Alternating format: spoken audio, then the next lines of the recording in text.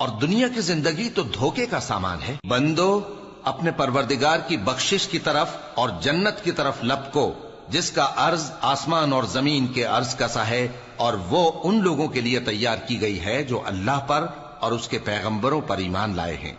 ये अल्लाह का फजल है, जिसे चाहे अता फरमाए, और अल्लाह बड़े फजल का मालिक है। कोई मुसीबत जमीन में और खुद तुम पर नहीं पड़ती मगर पेशतर इसके कि हम उसको पैदा करें, एक किताब में लिखी हुई होती है, और ये काम अल्लाह को आसान है।